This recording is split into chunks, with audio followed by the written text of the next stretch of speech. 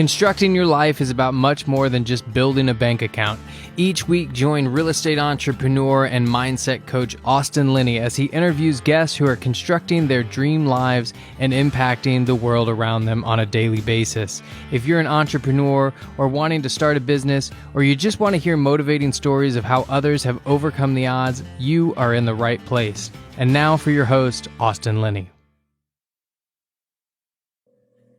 Guys, welcome back to Construct Your Life. This is Austin Linney here, and I have the honor. Look at this man. Look at this good-looking man right now, Mr. Shawn Williams. How you doing, my man? Doing great, Austin. You're looking good as well. Glad to be here with you today. Thanks, man. And appreciate Austin Hartley for inviting us both to lunch that day, and we got to meet in Denver. But this is interesting. I wouldn't label you as just an inspector. But I haven't had one on my show, and that's why I thought it was very important, because a lot of real estate investors listen to my show, or new real estate investors. And so we'll get into a lot of different stuff, but I want to let you start your story where you want to, and then we'll kind of go from there.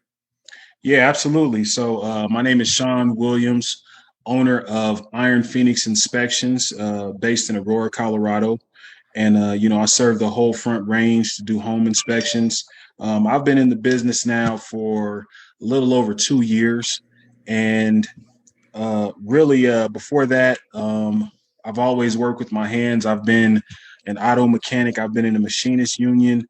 And of course, I bought a house that was built in 1974. So I've had some things that I've had to do, and just kind of equipping myself and knowing how systems work and being able to explain that to people is extremely important, extremely empowering. And, I always want to serve people for their health, safety, and best interest. And this gives me the ability to do that. So, I love it. I love it, man. And so we'll unpack a lot of stuff here. And why I'm comfortable having this discussion with him and knowing that he's not going to tell you lies is because I'm pretty firm in who Shawn is as a man and what he stands for. And so when we have this conversation, you've had conversations with people in the real estate business that maybe, you don't understand, you don't trust everything they're saying. He's telling the truth. And so that's why we're going to unpack a subject that is rarely talked about.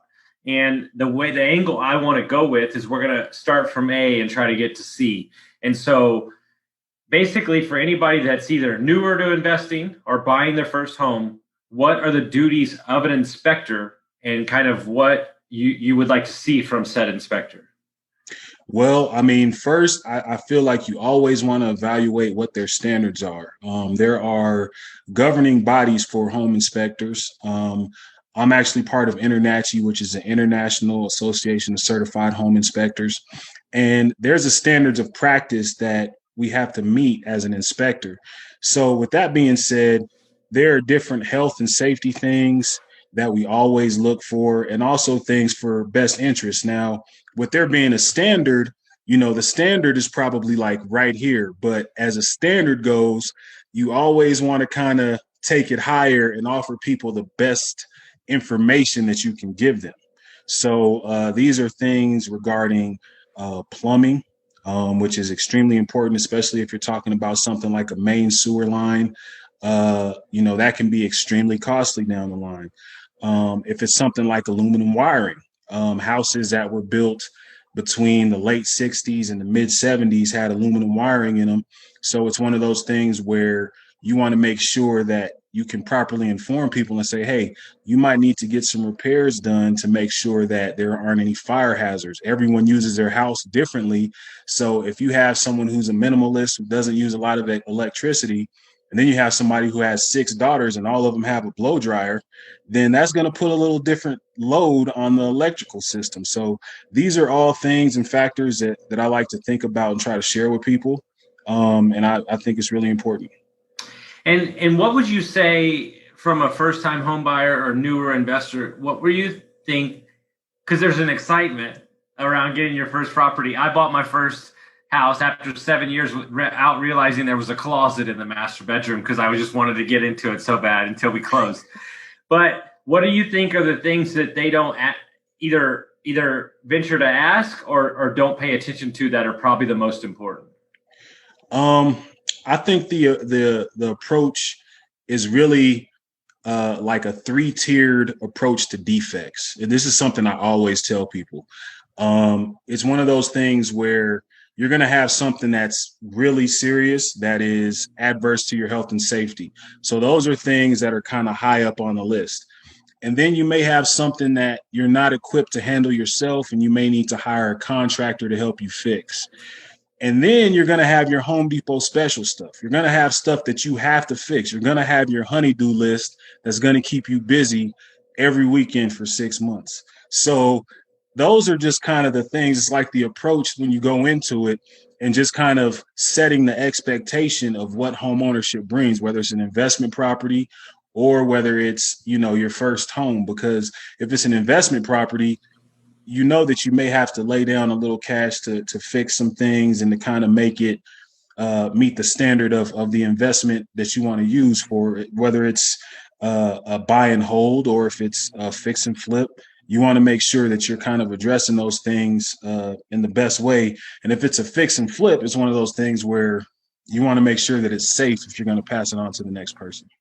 And so I know you're an inspector and you're not the buyer of said house, but I would love to get your opinion on why some imbecile would forego spending $400 to $500 to understand what's wrong with their house and close on a property. Because I know you've seen it. So try to wrap my head around something like that.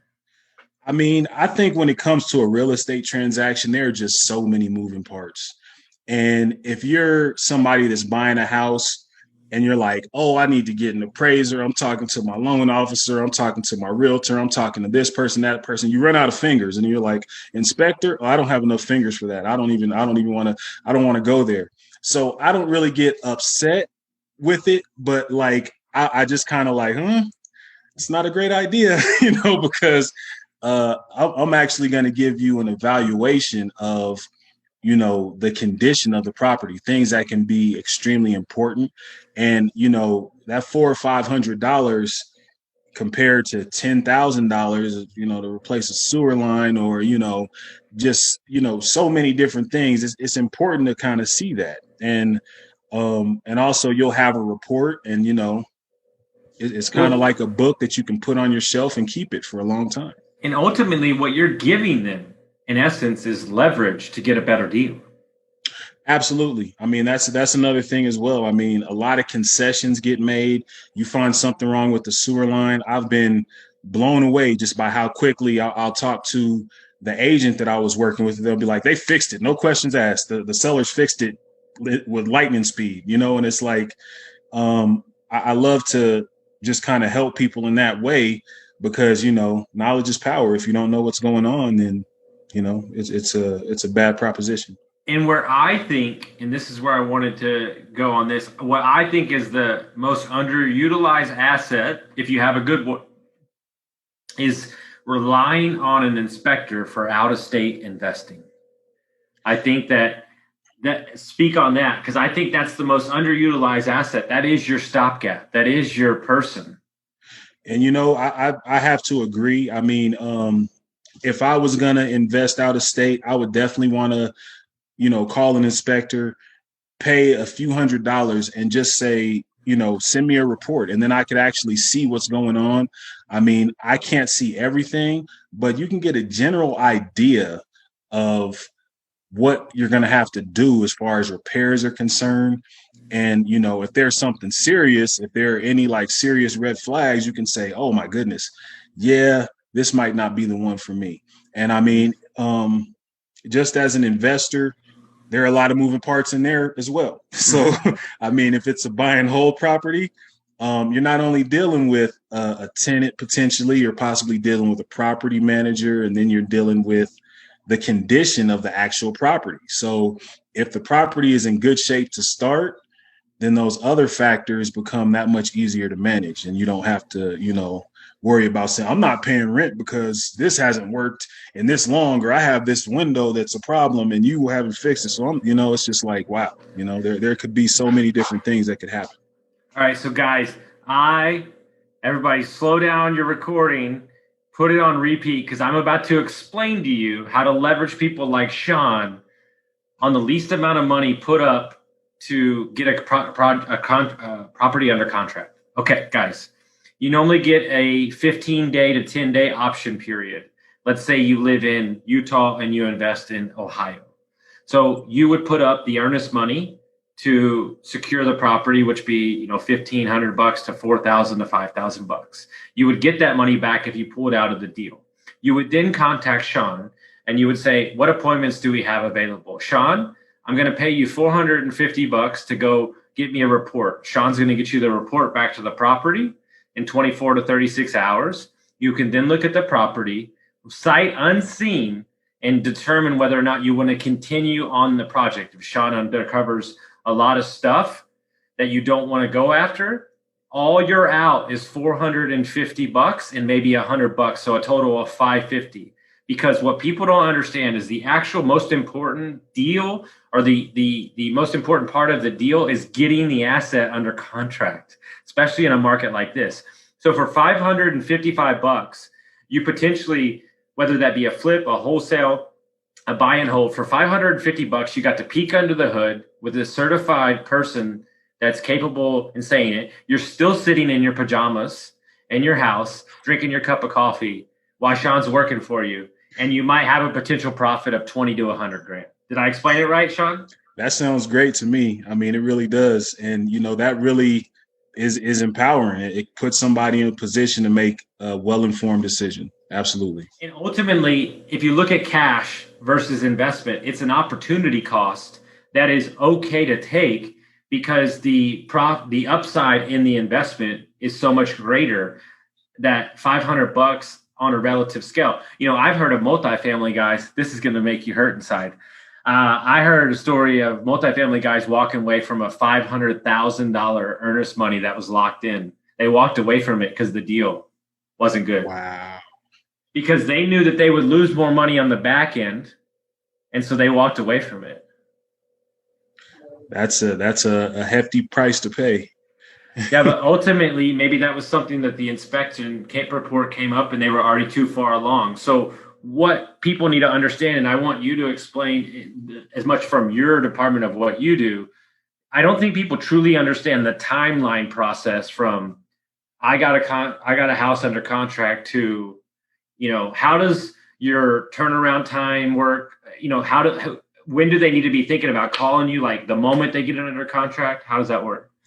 Well, I'll tell you, Colorado is an extremely competitive market with an extremely low inventory for homes that are for sale right now. So I have agents that actually call me when they have offers in, and there are these bidding wars. So they're like, Shawn, what's your schedule look like? Okay, can you hold this spot for me on this particular day and we can make this happen? And I've actually obliged that. And sometimes it work out, sometimes they fall through, but I actually have kind of put that in. If I can get in and do the inspection, I pride myself on turning the inspection report around the same day. Sometimes I'll stagger it. I'll send it to the agent and then the client in the morning, because the nature of real estate transaction, when you're dealing with retail, sometimes people panic and they don't really know how to react. So you get a chance to look at the report and prepare, to have that discussion.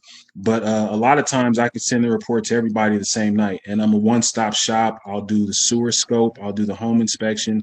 And if there's a radon test necessary, if I can, I'd actually like to drop that off 2 days before, because radon tests require 48 hours to actually be properly administered. So I'll pick up a radon test and check out those radon levels. But yeah, I pride myself on turning all three of those reports around really quickly with extremely accurate information. And I think what's more important is, as I bought a couple houses opposed to my first one to my other ones, the first one came back to me and, I might as well just throw it up on the table because I'm so nervous about everything. But the inspector that I had was so good at what he did. He had referrals for me to fix the problems. And so it really is, this is why I wanted to bring you on. It really is a part of the real estate transaction portfolio that not a lot of people talk about. I don't think that y'all get the you're due, but more importantly, it's because you're so damn busy. Like I think that's more the case. It's like that's a lot of work to do, a 36 or 46 point inspection and then turn it around the same day. It's a lot of work, and when you have 6 or 5 of those in one day, it's a massive amount of undertaking. Yeah, well, I personally, I probably put my inspection time. I tell people about an hour per 1,000 square feet. So I'll do 2 inspections a day. I'll get both reports turned around. I make myself available to answer any questions that anybody might have. And then, with all that being said, I definitely like to make sure that people are comfortable and kind of take people into the house as opposed to leave them at the door. So I have things like recall checks, and I do have, resources that can help people. So the resourcefulness portion is important, as you mentioned. So it's like, oh, you need a plumber? I know somebody. Or you need an electrician? I know somebody. You need this sewer line fixed? Here's a couple people you can call. And, that's always helpful as well. And so before we step into other parts of your life and who you are as a person, which I love even more, if somebody is looking for an inspector, Google reviews are always great, but what are the questions, if you had to pick 1 or 2 or 3, they need to be asking said inspector to get a gauge of the best one? Well, I think one question that you want to ask is, once again, how are you governed or certified? Internachi is great. ASHI is another one, but you want to know that somebody is actually operating to a standard. And if you have standards, you know that they're actually going to come back and do well. Google reviews, as you mentioned, people look at those all the time. And, when it comes to Google reviews, you have some people that may just be disgruntled and just want to put something on there. But I think it's important that you always look for patterns. You know what I mean? If you see, hey, this person is known for, not delivering the report on time, or this person is known for always being late or something like that, those are important things to kind of look for. But you also want to ask, like, what, you want to ask if it's going to be one of those things where it's a pass or fail.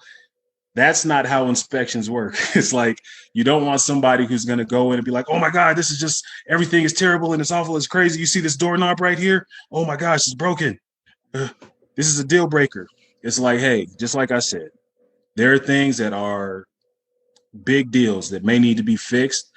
But I like to tell people, just about anything could be fixed. The problem is it often comes down to cost. It's like, it's going to cost you to fix this. And, it is a big deal, but, you can get this fixed. And it's all about the negotiation expert. I just present the facts. So, you just want to make sure somebody can kind of help manage the emotion as well, because that's really a big deal. It's like, especially have these first time home buyer people, they will panic and just be scared and so many things. And it's like, hey, yeah, this is a big deal. This can be a problem, but we found it and we can fix it. You know what I mean? And you can monitor it over time, and you know what the issue is. So I think that's just something to kind of make sure that people are well informed and they know what's going on. It's like you knew where I was going, because, I want to talk about, I see you as a person who has cultivated over time. I know you have big plans. I know where you want to go. Let's dive into the mindset and kind of where you cultivated this kind of, your value system and what you stand for behind your work, and kind of, where did that start for you? Well, it started when I kind of made the realization that if I want to be truly empowered and I want to create a legacy for my family, it's going to start with something that I have to build myself. I can't have expectations of anyone that I work for to actually provide a better legacy than I can provide for myself. So when it came down to it, I decided that I wanted to start a business to also help empower people in extremely important ways. So being knowledgeable about your house, making sure people are safe, and home ownership is a legacy building principle in and of itself. So it's like these are all cornerstones and foundations that I have and that I could actually share with my children. I could tell them why these things are important. And I can kind of engulf myself in an industry that is the number one for building wealth and just kind of grow with it, learn as much as I can from so many different angles, and offer, my best intentions to anybody that needs it. I have a secret motive to have you on the podcast. And the reason is something that I felt in my heart and something that I felt really passionate about that. Now I'll break it down why I feel that way. Some of the best investors that I've had on the podcast that are multimillionaires, done 2,000 deals, 1,800 deals, started out in construction or started out in wholesaling. And I think we as people, especially new to the game, are trying to transition out of a 9-to-5 or a regular job or the restaurant business. I think we see real estate agent as a glamorous position. It's fun. We drive the nice cars. It's all good. But I truly believe that if you want to be the best investor on the planet, I think there's no better cash per hour / understanding the aspects of investing and what a home looks like than starting out your career as an inspector. Wow. I mean, I think that's a great comment and a great approach, and I'll humbly say I'm definitely trying to get better every day and trying to figure it out, not only from an inspector perspective, but also learning how I want to invest and what I'm going to do, and how I can get there further. My wife and I have discussed it quite a bit. And, really, it's also setting the foundation and the pathway for our children. My oldest son just closed on his first condo. So he's 20 years old, No way. So, yeah. So he's, Where did you get that idea from? Well, we shared it with him and we told him, it's like, you don't want to pay rent to somebody else. And he has a roommate and, it's really just kind of building some wealth for him as well. But it's also one of those things where I feel like you got to kind of know what kind of work you have to put in, so now his expectations are managed. There are some plumbing issues that have to be fixed. And I've went over there and I've installed a couple outlets. It's good for him. Yeah, it's good for him. Yeah, like it's not, it's not all, it's not a bowl of cherries. It's like you have to kind of use some elbow grease and get in there. And, I feel like it's kind of a blue collar approach to, getting into this industry. And that's kind of how I wanted to approach it. But at the same time, just learn as much as I can from the great professionals that I'm around and create resources for myself, and others. So, and that's my proximity is power and being around and involved in these things. And so what's interesting to me is, when you were raised as a kid, was your dad an entrepreneur or a real estate investor? Like, what sparked it for you to pass this on to your kids to change, maybe the generational shift? Well, actually, both of my parents were in the healthcare industry. So my dad was an RN for years and years. My mom, she was a respiratory therapist at the VA hospital. Which in the world of COVID would have been really useful now, but I actually lost her when I was 17 years old. She passed from cancer. So it's one of those things where I really didn't know any of these principles or all these different empowering things about real estate. My mom did buy a house where my brother and myself and she lived. When I was probably 12 years old, and I never really understood the significance of that. But now that I'm an adult, and I mean, I've owned my home for 10 years, and I want to set my kids on the pathway to home ownership. And I feel like real estate is the best way to retire, and you can kind of set yourself up. I feel like, not to knock any other investment strategies, I feel like it's an investment strategy where if you put in the work and you understand how everything is structured, it's going to be fine. You know, you're going to actually create the cash flow, the return that you're looking for.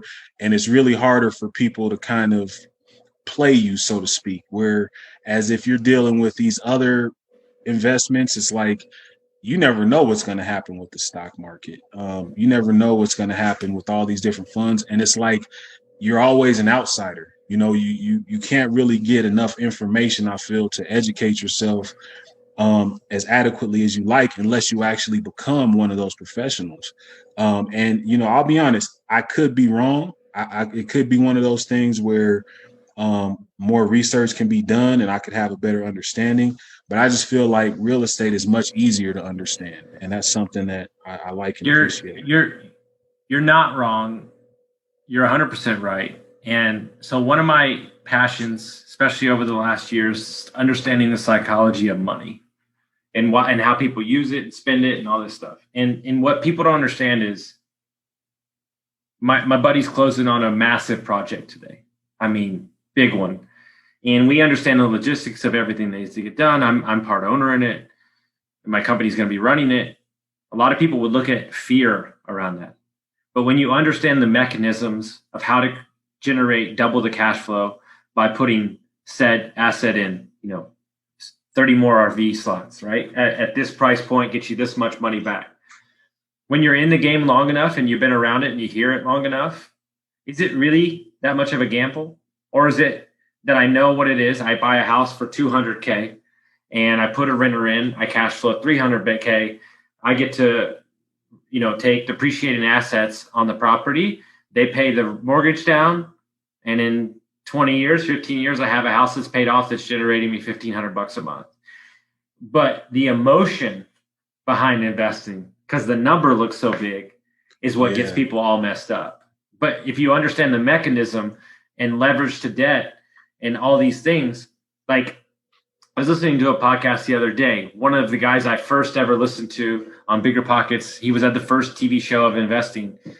He said 1 to 3 investment properties was a son of a bitch. He said, but 12 to 60 was easy as shit. He goes, because he bought 33 houses at the same time, because he said, like, you just understand, like, okay, put a renter in. And so if you understand the dichotomy that we're headed, even though the market's high, we're headed towards some kind of something, right? Well, people are going to need a rent. So if they lose assets, they're going to need a rent. And so you have the asset that they rent. It's, we create this emotion behind it. And so, I've met plenty of people, like if your son, he's 20 now, like if he picked up a property a year for the next 10 years, he's retired. Like that's it. But we got to get to 30 units. No, you can get to 6 and be fine. And so your gift to your son is, you might not reap all the benefits of it, like teaching him this, but his kids and his kids and his kids are going to get all the benefits. So you're really creating this shift impactfully. Like when I meet 20-year-old, 18-year-old kids that said, I've watched my dad work his entire fucking life and he's 65 years old and I want to buy a house at 20 and I want to buy a house at 21 because I want to retire him. Like that's the shit that gets me excited. I get pumped up when I hear stuff like that. Yeah, absolutely. Yeah. I mean, and that makes sense. It's kind of creating a legacy. When you talk about it, a lot of people think it's like, okay, I'm going to leave behind, this massive amount of wealth. But I feel like a legacy is really more a mindset. It's like, those jewels that you teach and that you put in your kid's brain, that is way more impactful than any money you can ever get them. Because if they lose it all, they can get it all again because you gave them the information. And I feel like that's where legacy is really much more impactful. Shawn, you just hit, dude, I'm stealing that. Legacy is a mindset. Oh my God. I'm a mindset coach and I didn't even think of that. It's so good because do you know who Jim Rohn is? Do you know who Jim Rohn is? Absolutely. I love Jim Rohn. Okay. Do you know what he said? He said, my mentor asked me, what's your goal? Your goal should be, you want to become a millionaire. He goes, that's stupid as shit. He goes, I don't understand that. And then when he became a millionaire and lost all his money, he said, oh, I get it. I get the gift of who I became to become a millionaire so I can go make it again. Yeah, And you're absolutely. 100% right, because once, what they say is that the income that you receive is based on the amount of personal development that you've done. Yeah, And absolutely. so I get a lot of coaching clients to say, if I start working on myself, I'm going to be taking a focus away from my business. And I said, that is the most ridiculous way to look at it. You're actually going to be giving yourself 10x, 20x in your business because you're operating from a higher level mindset to not be in the weeds, right? And so what I wanted to ask you, as an entrepreneur that went from zero to nothing, has a family, has everything, building a company, how do you keep it all together? I'm really glad that you asked me that question, because the personal development piece, I mean, I am always just tinkering and fine tuning and finding new things that I love to do. And I would say, if I had to say the most impactful thing, something that has been very hard to attain, and I'm actually going to pull this sheet off of one of my vision boards here, is the goal mine task, is what I call them. GOAL mine. The goal mine task, MINE. And it's actually something I got from a focal point by Brian Tracy. And he says there are 7 points to it. So it's like, number one is the golden hour. Read 1 hour in your profession every day. I actually trump that and I say 1 hour in your profession, 30 minutes in development. Revisit and rewrite your goals every day.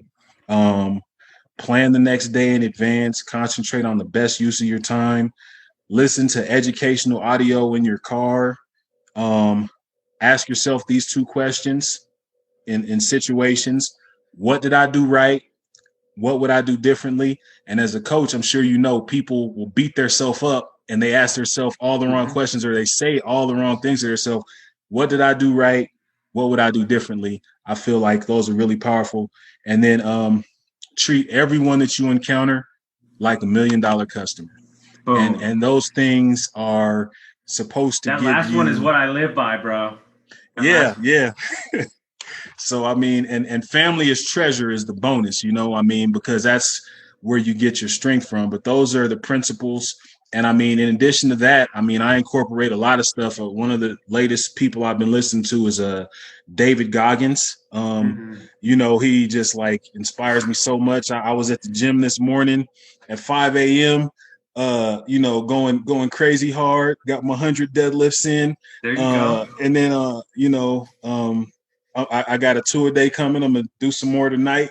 So it's like I'm trying to just really put my mind in that place where I'm just in tune, because like you said, yeah, the fitness is a big deal, the development, the reading, all that is a big deal, but when it comes to business, it just makes me like, it takes the energy level from like here to like through the roof, and I can kind of insert that energy into everything that I need to do. So I'm really I'm gonna add always. 2 things on the end of that you're gonna get a kick out of. All right. Okay. Yeah. One of the things I've noticed lately with all my coaching clients is anytime you're having a tough customer, a tough client, somebody that's tough or testing you in your life, ask yourself, why is this person here and what are they teaching me? Okay. Yeah. Because we so many times attach ourselves to the way that people are reacting toward us, and actually what they're doing is the way that we're reacting towards them, but we're not looking at it that way. Yeah. I mean, that is a big deal, and I mean, I definitely will incorporate that. Because then one more. I interviewed a billionaire the other day, and he said something to me that I've taken to heart. He said, "Austin, you know who the hell I want to thank? Who's my favorite person in the time?" And he's 55. He said, "You know who's my favorite person in the entire world?" He said, 21-year-old me. And he says, you know who I like even more? 25-year-old me. And you know who I like even more? 32-year-old me. Because that son of a bitch went to work. And he said, you know why? He said, because they set this guy up like a damn gangster. And he said, so wake up every day and ask yourself, what can I do today that my 55-year-old self is going to thank me for? That is powerful. That's a big deal. I mean, because often, you know, we get mired in the past and don't appreciate what we've done as much. And I'm trying to find more gratitude for that lately. Mm-hmm. But what I'm doing now, I want to set that foundation for the future for sure. That's awesome. 100%. And so I know you're localized to the Denver market, but if people want to find out more about you or anything like that, how would they do that? So I'm on, I have a website. So that's ironphx.com. Also, I'm on facebook.com/ironphx. And that's all I got. I need more handles. I'm not on Twitter. I'm not on you don't need any of that. Just yet. You don't need any of that stuff, bro. You're good. You're good. Trying to minimize distractions, you know. Yeah. My favorite quote is, Austin, you're 9 miles wide and 1 centimeter deep. We need you 1 foot wide, 9 miles straight down. Okay. I could dig it, man. Because that's where you find the oil, man. That's where you get the gold. You know what I mean? That's awesome. Well, you know, Shawn, I brought you on here because I wanted to teach people about inspections, but more importantly, I brought you on here because you're a man that I respect and what you stand for as a family man and an entrepreneur. And so I just wanted to tell you that it's deeper than just inspections, my brother. Well, hey, man, thank you very much. I'm really grateful by your kind words. I think you're an awesome guy too, man. And I really appreciate your energy. You know, I wish you nothing but greatness. And I hope we can link up again many times in the future. You got it, my man. I'm going to throw an event in Denver this year. So I'll hit you up. You can come out, man. We're going to have some great speakers. Absolutely. I'll be there. All right, my man. All right, Austin. You have a great day, great week. You got it, guys. If you like this episode, make sure you send it out to your friends, and we appreciate y'all for listening.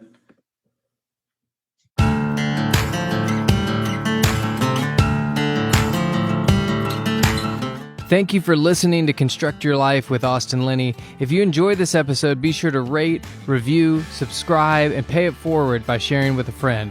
Most importantly, take this opportunity to start constructing your life by taking immediate action on what you learned.